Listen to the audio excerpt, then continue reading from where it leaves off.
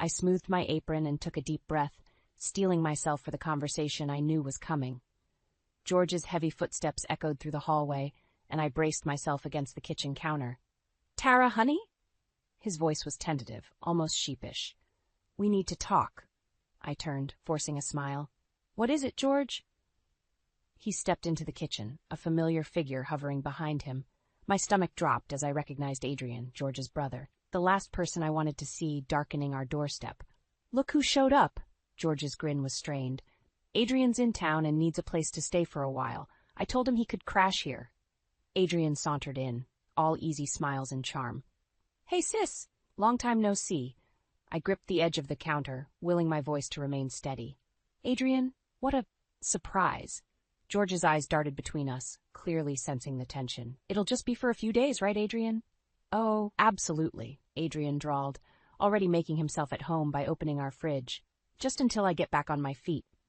I'd heard that line before. The last time Adrian had stayed with us, those few days had stretched into months of chaos and drained bank accounts.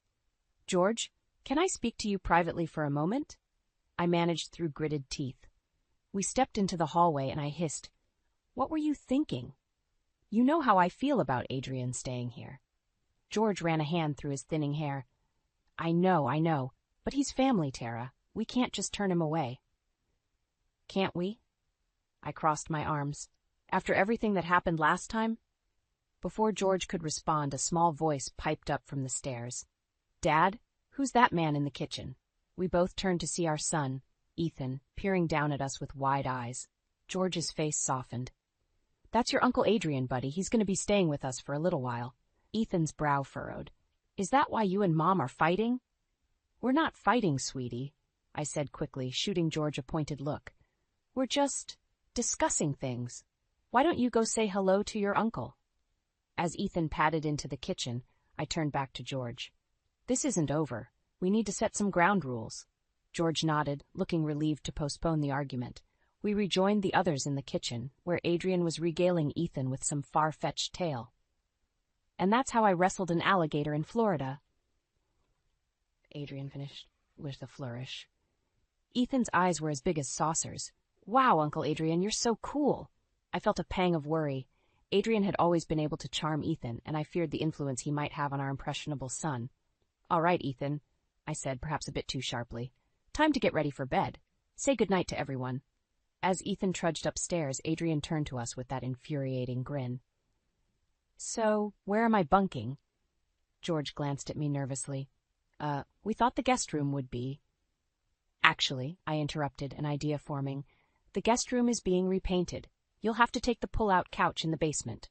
Adrian's smile faltered for just a moment. "Oh, well, that's fine. I'm not picky."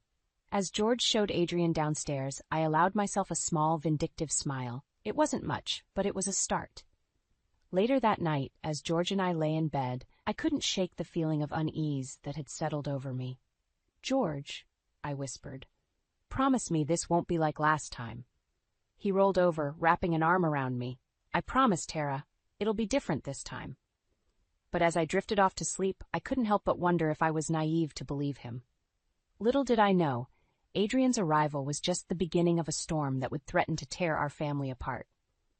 A week into Adrian's stay, and our once peaceful home had become a minefield of tension. I stood at the kitchen sink, scrubbing dishes with more force than necessary, when George stumbled in, bleary-eyed and reeking of cigarette smoke. "Morning, honey," he mumbled, reaching for the coffee pot. I bit back a sharp retort. "It's 2 p.m, George. Where have you been?" He shrugged, avoiding my gaze. "Just catching up with Adrian. Lost track of time." "Lost track of time?" I echoed, disbelief coloring my voice. "You missed Ethan's soccer game. He was crushed when you didn't show up." George's face fell. "Oh, God, I completely forgot. Is he?" "He's in his room," I cut him off, probably still crying. Guilt flashed across George's face, but before he could respond, Adrian sauntered into the kitchen, looking far too chipper for someone who'd been out all night. "Hey, family," he announced, clapping George on the back. "Who's up for a barbecue? My treat." I slammed a plate down, making both men jump. "A barbecue? Are you kidding me? You two have been out God knows where all night, and now you want to play happy families?" Adrian held up his hands. that infuriating smirk still on his face. "Whoa, sis. Calm down. We were just having a little fun." "Don't call me sis," I snapped. "And don't tell me to calm down. This isn't a frat house, Adrian. We have responsibilities here." George stepped between us, ever the peacemaker. "Tara, honey, let's not fight. I'll go talk to Ethan, okay?" As George headed upstairs, Adrian leaned against the counter, eyeing me. "You know, Tara, you really need to loosen up. All this stress can't be good for you." I whirled on him, dish towel clenched in my fist. "What I need is for you to stop disrupting our lives. When are you planning on leaving exactly?" Adrian's smile faltered for a moment. Soon. Just need to get a few things sorted out first." "What things?" I pressed, suspicion gnawing at me. "What are you really doing here, Adrian?" Before he could answer, a crash from upstairs made us both jump. I raced up the stairs, Adrian close behind, to find George standing in Ethan's doorway looking shell-shocked. Ethan's room was a disaster. Books and toys were strewn everywhere, and in the center of it all stood our son, red-faced and trembling with anger. "I hate you," Ethan screamed at George. "You're never here anymore. You're always with him." He pointed accusingly at Adrian. I pushed past George, kneeling in front of Ethan. "Sweetie, calm down. Let's talk about this." But Ethan was inconsolable. "No! I want Dad to go away. I want Uncle Adrian to go away. I hate them both." George looked stricken. "Son, I'm so sorry. I didn't mean to." "Get out," Ethan yelled, hurling a toy car that narrowly missed George's head. I turned to George and Adrian, my voice low and dangerous. "You, downstairs, now." In the living room, I faced the two men, fury simmering just beneath the surface. "This ends now. I want answers. What's really going on here?" George and Adrian exchanged a look that sent chills down my spine. "Tara," George began, his voice trembling, "there's something we need to tell you." Adrian cut in, his usual bravado gone. "It's not as bad as it seems, I swear. We just got into a bit of trouble, that's all." "What kind of trouble?" I demanded, dread pooling in my stomach. George took a deep breath. We owe some people money. A lot of money." The room seemed to spin around me. "How much?" The number George whispered made my knees weak. I sank onto the couch, my mind reeling. "How?" I managed to choke out. "How did this happen?" As Adrian launched into an explanation about bad investments and unlucky bets, I caught sight of something that made my blood run cold. Peeking out of Adrian's jacket pocket was a pawnshop receipt. In that moment, I knew. This was just the tip of the iceberg, and our family was headed for a storm that threatened to tear us apart. The pawnshop receipt burned a hole in my mind. I couldn't shake the feeling that George and Adrian were hiding something far worse than they'd admitted. Over the next few days, I kept my eyes and ears open, determined to uncover the truth. It was a quiet Tuesday afternoon when I first noticed the hushed phone calls. George's voice drifted from his study, tense and urgent. "We need more time," he hissed. "Just a few more days. I swear we'll have it." I crept closer to the door, straining to hear. "No, don't do that," George pleaded. "We'll figure something out. Adrian's working on it." My heart raced. Who was he talking to? What did Adrian have to do with it? The conversation ended abruptly, and I barely had time to retreat before George emerged, looking haggard and pale. "Everything okay?" I asked, trying to keep my voice casual. He jumped, startled. "Oh, Tara. Yeah, just work stuff. Nothing to worry about." But the tremor in his hands told a different story. That night, I lay awake, listening to George toss and turn beside me. Around midnight, his phone buzzed. He slipped out of bed thinking I was asleep and crept downstairs. I followed, silent as a shadow, and watched from the top of the stairs as he met Adrian in the kitchen. "We're running out of time," George whispered urgently. "They're getting impatient." Adrian ran a hand through his hair. I know, but I've got a plan. There's this guy I know. He can get us the money." But what?" George pressed. Adrian hesitated. "It's not exactly legal, George. We'd be taking a big risk." My blood ran cold. What had they gotten themselves into? George paced the kitchen. "I don't know, Adrian. If we get caught—" "We won't," Adrian assured him. "Trust me, brother, it's our only way out of this mess." I'd heard enough. I stepped into the kitchen, making both men jump. "What mess?" I demanded, "and don't you dare lie to me again." George's face crumpled. "Tara, But Adrian cut him off. "It's nothing for you to worry about, sis. Just a little financial hiccup. We've got it under control." I rounded on him, fury rising. Don't patronize me, Adrian. I heard enough to know you're in serious trouble. What have you done? The brothers exchanged a look of panic. Tara, please, George begged. We can't talk about this now. It's complicated. Complicated? I laughed bitterly. You're discussing illegal activities in our kitchen at midnight. I think I deserve some answers. Adrian stepped forward, his charm cranked up to maximum. Look, Tara, I know this seems bad, but I promise you, we're handling it. Just give us a little more time. I shook my head, disgusted. Time for what? To drag George deeper into whatever hole you've dug? To risk our family's future on one of your schemes? George reached for me, but I pulled away. Don't touch me. I want the truth now. All of it. The silence stretched between us, thick with tension. Finally, George spoke, his voice barely above a whisper. We owe money to some dangerous people, Tara. A lot of money, and if we don't pay soon... He trailed off, but the implication was clear. I felt the ground shift beneath my feet. How much? When George named the figure, I thought I might faint. How? I gasped. How is that even possible? Adrian stepped in. It started small, just a few bets here and there, but then we tried to win it back, and things escalated. I turned to George, tears stinging my eyes. You promised me you'd stopped gambling. You swore to me, George. He couldn't meet my gaze. I'm sorry, Tara. I never meant for it to go this far. As the full weight of their deception crashed over me, a horrible thought occurred to me. The pawn shop receipt, I said slowly. What did you sell? The guilty look that passed between them confirmed my worst fears. What did you sell? I repeated, my voice rising. George's answer shattered what was left of my world. Your grandmother's jewelry collection. In that moment, I knew our family would never be the same again. The revelation about my grandmother's jewelry was the final straw. The next morning, I confronted George in the kitchen, my voice trembling with barely contained rage. I want Adrian out of this house. Today. George's eyes widened. Tara, please. We can't just throw him out. He's family. Family? I spat. Family doesn't steal from each other. Family doesn't lie and gamble away our future. Adrian chose that moment to saunter in, oblivious to the tension. Morning, folks. What's for breakfast? I whirled on him. Nothing. Pack your bags. You're leaving. Adrian's smirk faltered. Come on, sis. Don't be like that. Don't call me sis, I shouted, my control finally snapping. You've worn out your welcome. Get out. George stepped between us. Tara, calm down. We can work this out. Work what out? Ethan's small voice came from the doorway. We all froze, realizing he'd heard everything. I took a deep breath, trying to steady myself. Ethan, honey, go back to your room. Mom and Dad need to talk. But Ethan stood his ground, his eyes darting between us. Are you fighting because of Uncle Adrian? The silence that followed was deafening. George knelt down, reaching for Ethan. Son, it's complicated, grown-up stuff. Ethan jerked away. Stop treating me like a baby. I know something's wrong.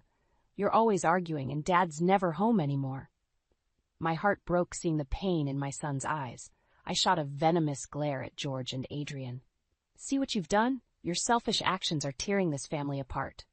George looked stricken. Ethan, I'm so sorry. I never meant for any of this to happen.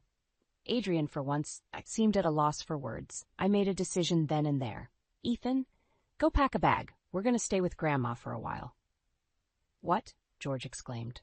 Tara, you can't just leave. I stood my ground. Watch me. I won't let you two drag us down with you. Ethan and I are leaving until you sort out this mess. As Ethan ran upstairs, George grabbed my arm. Please, don't do this. We can fix this together. I yanked my arm away. Fix it? How, George? By selling more of our belongings? By getting involved in something illegal? Adrian stepped forward. Tara, listen. I have a plan that could solve everything. No, I cut him off. I don't want to hear any more of your plans. They're what got us into this mess in the first place. George's face crumpled. What about our marriage, our family? I felt a twinge of guilt, but steeled myself. You should have thought about that before you lied to me, before you gambled away our savings and pawned my grandmother's jewelry. Ethan came back downstairs, dragging his backpack. His eyes were red-rimmed, but he looked determined. I took his hand. Come on, sweetie, let's go. As we headed for the door, George made one last plea. Tara, please, don't leave. I love you. I paused, my hand on the doorknob. Without turning around, I said, if you love us, you'll fix this, and when you do, maybe we can talk about coming home. With that, I walked out, Ethan's small hand in mine. As we drove away, I caught a glimpse of George and Adrian in the rearview mirror, standing in the doorway looking lost. My heart ached, but I knew I was doing the right thing. This separation might be the wake-up call George needed to break free from Adrian's influence and make things right. As we pulled up to my mother's house, Ethan looked up at me. "Mom, are we going to be okay?" I squeezed his hand, forcing a smile. "We will be, sweetie. We will be." But as I knocked on my mother's door, I couldn't shake the feeling that this was just the beginning of a long and painful journey. Whatever came next, I knew our family would never be the same again. 2 weeks at my mother's house had done little to soothe the ache in my heart. Ethan was withdrawn, spending most of his time glued to his video games. I'd barely spoken to George, aside from terse text messages about bills and Ethan's school schedule. It was a crisp autumn evening when I decided to swing by our house to pick up some more clothes for Ethan. As I pulled into the driveway, I noticed something odd.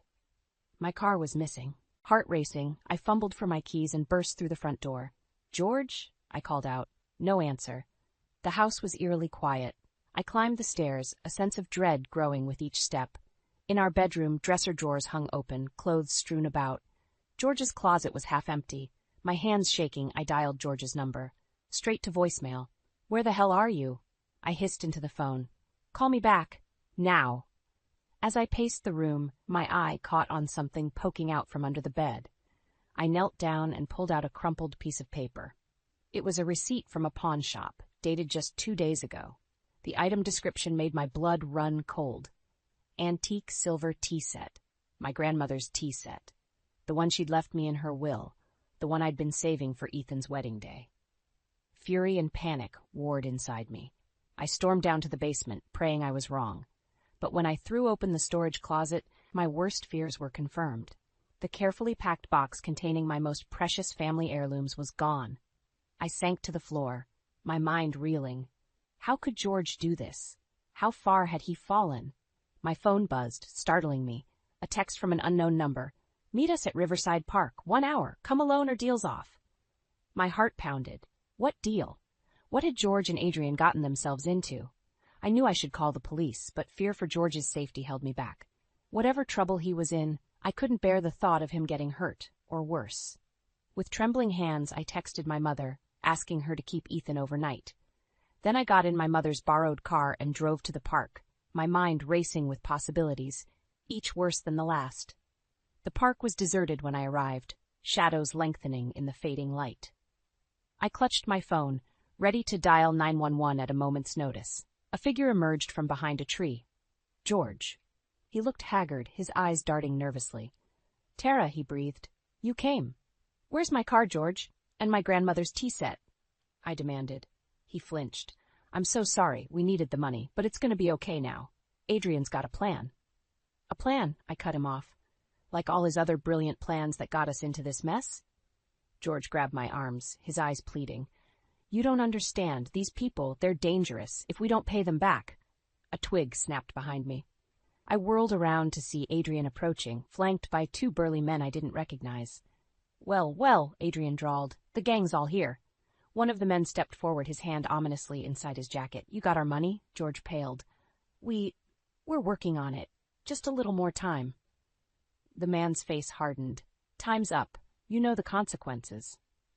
In that moment, everything became crystal clear. This wasn't just about gambling debts or pawned heirlooms. My family was in real danger. I stepped between George and the men, my voice steadier than I felt. "How much?" The man named a figure that made my stomach lurch. I took a deep breath, weighing our options. We could run, but for how long? We could go to the police, but would that put us in even more danger? Or I could make one last desperate move to save my family. "I have a proposition for you," I said, meeting the man's cold gaze. "One that will get you your money and keep my family safe." As all eyes turned to me, I silently prayed I wasn't making the biggest mistake of my life. My heart pounded as I crept up the attic stairs, following the muffled voices that had woken me in the dead of night. I'd returned home yesterday against my better judgment, after George had tearfully promised things would change. Now, as I reached the top of the stairs, I realized how foolish I'd been to believe him. The attic door was ajar, a sliver of light spilling out. I peered through the crack, my blood turning to ice at the sight before me. George and Adrian were hunched over a large box, my grandmother's antique collection spread out around them. They spoke in hushed, urgent tones. "This should cover at least half," Adrian muttered, holding up a delicate porcelain figurine. George nodded, his face a mask of guilt and desperation. "What about the rest? They won't wait much longer, Adrian." "We'll figure it out," Adrian assured him. "We always do." I couldn't contain myself any longer. I burst through the door, startling them both. "What the hell do you think you're doing?" They jumped apart, guilt written all over their faces. George looked like he might be sick. "Tara, I can explain." "Explain what?" I snarled, snatching the figurine from Adrian's hand. "How you're stealing my family heirlooms to pay off your gambling debts." Adrian stepped forward, hands raised placatingly. "Now, Tara, let's not overreact. We're just borrowing them for a bit. Once we get back on our feet." "Shut up," I shouted, rounding on him. "This is all your fault. You show up here, drag George back into your schemes, and now you're robbing me blind." George reached for me, his eyes pleading. "Honey, please, we didn't have a choice. These people, they're dangerous if we don't pay them." "So this is your solution?" I gestured wildly at the scattered antiques. "Stealing from your own family?" A small voice from behind me made us all freeze. "Mom? Dad? What's going on?" Ethan stood in the doorway, his eyes wide with fear and confusion. The sight of him, so small and vulnerable, broke something inside me. I turned back to George and Adrian, my voice low and dangerous. "You have until morning to get these things back where they belong, and then you're both leaving, for good." George blanched. "Tara, please, where will we go?" "That's not my problem anymore," I said coldly. "You made your choice." As I ushered Ethan back to his room, trying to soothe his questions and fears, I heard frantic whispers from the attic. I knew in my gut that this wasn't over. The next morning, I woke early, determined to see George and Adrian out. But as I descended the stairs, an eerie silence greeted me. The house felt empty. With growing dread, I checked the attic. The box of antiques was gone. So were George and Adrian. I raced to our bedroom, yanking open drawers and closets. George's things were missing. On the bed lay a hastily scrawled note. "Tara, I'm so sorry. We had no choice. They threatened Eden. We'll make this right, I swear. Please forgive me. Love, George." My knees gave out and I sank to the floor, the note crumpling in my fist. How had it come to this? My husband, a thief in the night, running from dangerous men with my family's treasures. As the reality of our situation crashed over me, I heard Ethan stirring in his room. I had to be strong for him. I had to fix this mess George and Adrian had created. With shaking hands, I reached for my phone. It was time to make a call I'd been dreading, to my old friend on the police force. As I dialed, I steeled myself for what was to come. Our family was in danger, and I was the only one left to save it. My hands shook as I ended the call with Detective Martinez. He'd promised to put out an APB on George and Adrian, but his words rang in my ears. "Tara, you need to prepare yourself. This could get ugly." I sank onto the couch, my mind racing. How had our life come to this? My husband and his brother, fugitives with a box of stolen antiques, running from God knows who. A small hand touched my arm. Ethan stood there, his eyes wide with worry. "Mom, where's Dad?" I pulled him close, fighting back tears. "He had to go away for a little while, sweetie, but we're going to be okay." As if the universe was mocking me, my phone buzzed. An unknown number. With trembling fingers, I answered. "Mrs. Thompson?" A gruff voice sent chills down my spine. "We have your husband and his brother. If you want to see them alive again, bring $100,000 to the old warehouse on Pier 7. You have 3 hours." The line went dead. I stared at the phone in horror, my mind reeling. Where on earth was I supposed to get that kind of money? I called Detective Martinez back, relaying the message. He urged me not to go, to let the police handle it. But I knew in my gut that if I didn't show up, George and Adrian might not make it out alive. "Ethan, honey," I said, trying to keep my voice steady. "We need to go to Grandma's for a little while." After dropping Ethan off with my confused and worried mother, I drove to the bank. With a mixture of shame and desperation, I emptied our savings account and took out a second mortgage on the house. It still wasn't enough. With time ticking away, I made a decision that tore at my heart. I drove to the local pawn shop, the same one where George had sold my grandmother's tea set. Tears in my eyes, I handed over my wedding ring and the few remaining pieces of jewelry I had. The dealer's eyes widened as he counted out the cash. "Lady, whatever trouble you're in, I hope it's worth all this." I wasn't sure it was. With barely minutes to spare, I pulled up to the dilapidated warehouse. The sun was setting, casting long shadows across the pier. My heart pounded as I clutched the duffel bag full of cash. "George?" I called out, my voice echoing in the cavernous space. "Adrian?" A scuffling sound came from the back, and then they appeared. George and Adrian, bruised and disheveled, flanked by two menacing figures. "Tara!" George's voice cracked. "I'm so sorry. I never meant for this to happen." Adrian, for once, was silent, his usual bravado gone. One of the men stepped forward, his hand resting ominously on his hip. "You got our money?" I held up the bag. "It's all here. Now let them go." He smirked. "Slide it over, nice and easy." I did as he said, my eyes never leaving George. As soon as the man had the bag, he nodded to his partner. They shoved George and Adrian towards me. "Pleasure doing business with you, Mrs. Thompson," the man sneered. "Let's hope your husband learns to pay his debts on time from now on." As they retreated into the shadows, I finally let out the breath I'd been holding. George stumbled towards me, reaching out. "Tara, I stepped back, my voice ice cold. Don't you dare touch me." Adrian piped up. "Sis, we can explain." "Shut up," I exploded, years of frustration and anger pouring out. "You've ruined everything. Our savings, our home, our family. All for what? Your pathetic gambling addiction?" George fell to his knees, sobbing. "Please, Tara, I'll do anything. Just don't leave me." I looked at him, this broken shell of the man I'd married, and felt nothing but a cold, hard resolve. "It's too late, George," I said quietly. "You've made your choice. Now I'm making mine." As I turned to walk away, leaving them both on that dark, lonely pier, I realized that this was just the beginning. The real fight to reclaim my life, my dignity, and my family's future was only just beginning. The morning after the warehouse confrontation, I sat at our kitchen table, a cup of cold coffee in front of me. George slept fitfully on the couch, having begged to come home. Adrian was gone, disappeared into the night like the coward he was. When George finally stirred, I was ready. "We need to talk," I said, my voice steady and cold. He nodded, eyes bloodshot and full of shame. "Tara, I held up a hand, silencing him. "No, you listen. If you ever want to be part of this family again, this is how it's going to be." I laid out my terms. Adrian was never to set foot in our house again. George would attend Gamblers Anonymous and therapy. Every penny of our savings and my heirlooms would be accounted for and replaced. "And if you ever lie to me again," I finished, my voice breaking slightly, "we're done. No second chances." George nodded, tears streaming down his face. "I'll do anything, Tara. I swear." Just then, Ethan padded into the kitchen, his eyes widening at the sight of his father. "Dad? You're back?" The look on George's face, a mixture of love, shame, and fear, nearly broke my resolve. But I had to stay strong, for all of us. "Ethan, honey," I said gently, "Dad and I need to talk to you about some changes that are going to happen." Over the next few weeks, our lives shifted dramatically.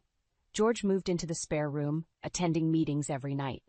I took control of our finances, working extra hours to rebuild our savings.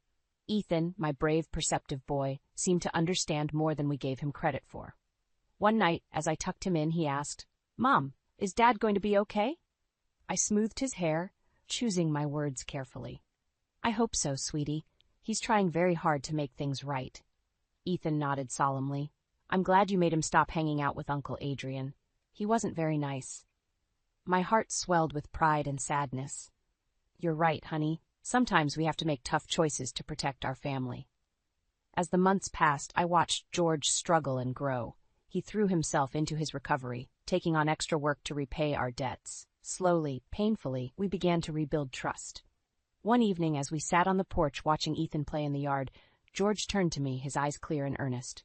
"Tara," he said softly, "I know I can never undo the hurt I've caused, but I want you to know how grateful I am for this second chance. You and Ethan, you're my whole world." I felt a flicker of the old warmth in my chest. "I know, George. We're getting there, one day at a time." As the sun set, casting a golden glow over our little family, I realized something profound. The crisis that had nearly torn us apart had also given me strength I never knew I possessed. I had stood my ground, protected my son, and fought for our future. Ethan's laughter rang out as George chased him around the yard, their bond slowly mending. I smiled, feeling a sense of peace I hadn't known in months. Our family wasn't perfect. We had a long road ahead, full of challenges and hard work, but we were together, stronger for having weathered the storm. As I watched my two boys, I made a silent vow. No matter what life threw at us next, I would face it head on.